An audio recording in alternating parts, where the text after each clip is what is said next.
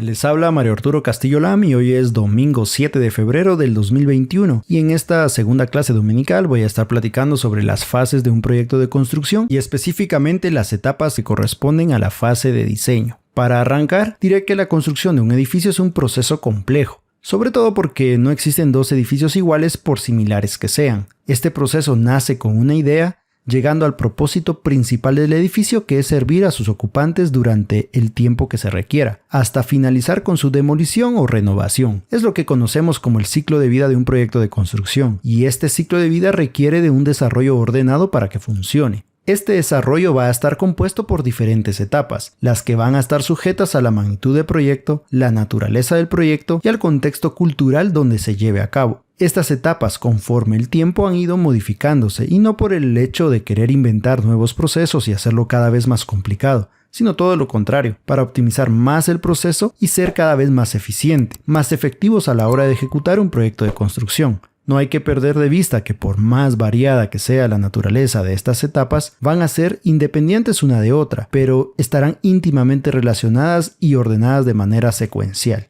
Bien, veamos con qué fases nos vamos a enfrentar. Al inicio aparecerá la fase de prediseño, seguida por la fase de diseño, a continuación la fase de preconstrucción, luego la fase de construcción y por último la fase de postconstrucción. Parece obvio, pero dentro de estas fases tendremos subfases que ayudarán a cumplirlas y según sea el contexto donde se realice el proyecto, estas van a variar. Podemos ver en esta tabla donde se muestra cómo cada fase varía por países. Este tema es bastante amplio, así que no ahondaré mucho en él, pero si les interesa que lo abordemos en otro video, háganmelo saber en los comentarios. Por el momento, me voy a enfocar en las subfases o etapas que conforman la etapa de diseño. La etapa de diseño corresponde al proceso donde se determina el qué y el dónde de cada elemento que conformará el proyecto a construir, y comienza después de que el propietario o el equipo de propietarios selecciona al arquitecto, quien es el que lidera el equipo de diseño, el que está conformado por diferentes consultores y especialistas según sea el tamaño y el alcance del proyecto. En la mayoría de los proyectos,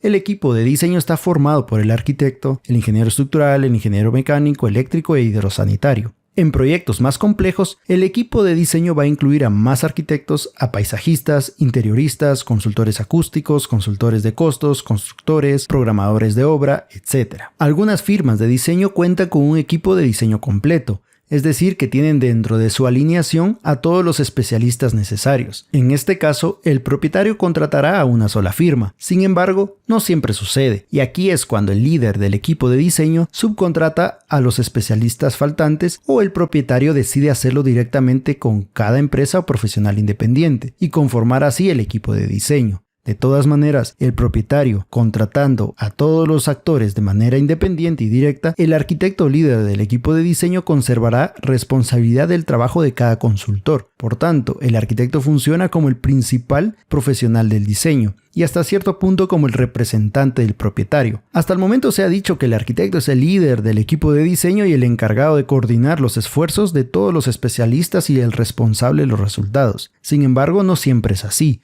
En algunos casos puede ser el ingeniero u otro profesional el encargado del equipo de diseño. Generalmente, cuando los proyectos tienen un menor componente arquitectónico, como una planta eléctrica donde el ingeniero eléctrico quizás sea el idóneo para ser el principal. Independientemente del caso, la responsabilidad del diseño del edificio y de producir la información necesaria para fabricarlo y construirlo estará a cargo del equipo de diseño. Y aquí es donde suceden tres escenarios secuenciales. Insisto que dependerá del contexto donde se desarrolle el proyecto, pudiendo existir más o menos escenarios, pero normalmente son tres los recurrentes y son el diseño esquemático o SD, el desarrollo de diseño o DD y los documentos de construcción o CD. Estos nombres pueden variar. Los que mencioné se aplican normalmente en Estados Unidos, aunque también aparecen otras opciones, como por ejemplo los que da la Haya, donde las etapas son prediseño, el diseño esquemático y el desarrollo de diseño.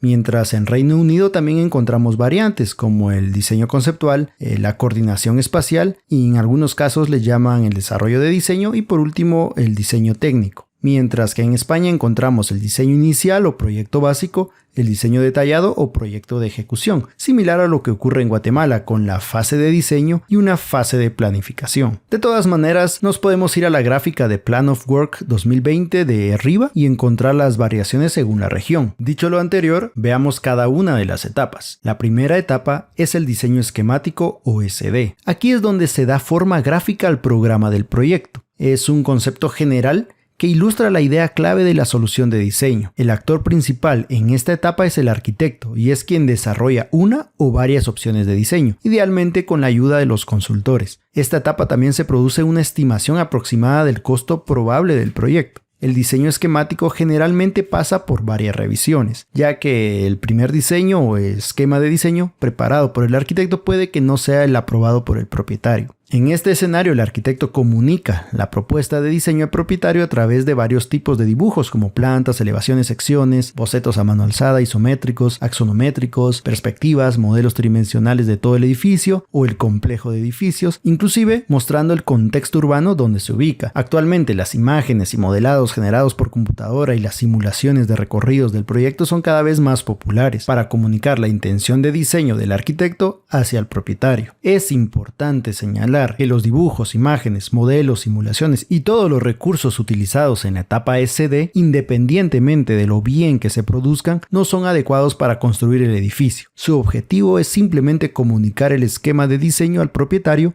y a los consultores involucrados. Una vez que el propietario aprueba el diseño esquemático, el proceso de diseño del edificio evoluciona a una etapa con mayor detalle. Durante esta etapa, el diseño esquemático se desarrolla más, por lo tanto aparece la etapa del desarrollo de diseño.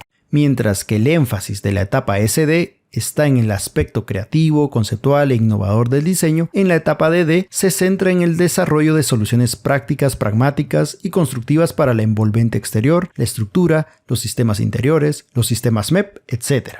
Este desarrollo implica consultas estratégicas con todos los miembros del equipo de diseño. Por lo tanto, la característica más crítica de la etapa DD es la toma de decisiones, que varía desde aspectos generales del diseño hasta detalles más finos. En esta etapa, la gran mayoría de decisiones se centra en los productos, materiales y equipos. La ejecución eficiente de los documentos de construcción, que es la etapa futura, dependerá directamente de que también se gestione el escenario DD, es decir, que los errores que no se resuelvan adecuadamente en esta etapa serán heredados en las siguientes. Aquí, al igual que en la etapa SD, también aparecerá una versión más detallada de las especificaciones y el costo probable del proyecto. Finalizada y aprobada la etapa DD, se continúa con los documentos de construcción. El propósito de la CD es preparar todos los documentos requeridos por el constructor del edificio. Durante esta etapa, los especialistas del equipo de diseño colaboran intensamente para pulir el proyecto, afinando cada tornillo y cada tuerca del edificio y así desarrollar al máximo detalle los requisitos de documentación, desprendiéndose dos grandes grupos de documentos, que son los planos de construcción y las especificaciones. Los planos de construcción durante la etapa CD son todos los dibujos que van a ser utilizados para ejecutar la obra, es decir, son los planos que el equipo de construcción utilizará para construir. Por eso deben de indicar la geometría, disposición, dimensiones, tipos de materiales, detalles de ensamblaje de componentes, colores, texturas, etc. Por lo que un proyecto contiene planos de construcción arquitectónica, civil, de construcción estructural, de construcción MEP, planos de paisajismo, urbanismo y muchos más. Estos planos consisten en plantas, elevaciones, secciones, ampliaciones, detalles y más, que generalmente son dibujos bidimensionales. Sin embargo, en los últimos años ha ido cambiando. El principal responsable de este cambio es la metodología BIM, ya que cada vez los planos constructivos son menos importantes, inclusive podríamos decir que empiezan a estar en un segundo plano, tomando ahora el protagonismo los modelos BIM. Bueno, esto va a depender de la etapa de madurez BIM en la que se encuentren todos los actores del proyecto. También es tema para otro video. Los planos de construcción también son utilizados por el contratista para preparar el presupuesto detallado y la programación del proyecto en el momento de la licitación. Por eso, podemos decir que el equipo de diseño en la etapa CD decide el qué y el dónde del edificio, mientras que el contratista en una etapa posterior va a definir el cómo y el cuándo. Pero los edificios no pueden construirse solamente con dibujos, porque hay una gran cantidad de información que no se puede incluir en los planos. Por ejemplo, los dibujos darán ubicación de columnas, sus dimensiones, el material utilizado, pero la calidad de los materiales, sus propiedades y los métodos de prueba necesarios para confirmar el cumplimiento no se pueden proporcionar en los dibujos, al menos no de forma detallada. Esta información se incluye en los documentos denominados especificaciones. Las especificaciones son las descripciones técnicas escritas de la intención del diseño, mientras que los dibujos proporcionan la descripción gráfica. Y repito, esto ha ido cambiando con el BIM. Los componentes de los documentos de construcción se complementan entre sí, es decir, no puede existir divorcio entre las especificaciones y los planos, sobre todo porque se utilizarán simultáneamente para construir. Cualquier incoherencia entre ellos va a generar problemas constructivos y conflictos contractuales. Por otra parte, así como los planos de construcción se preparan por separado para cada especialidad,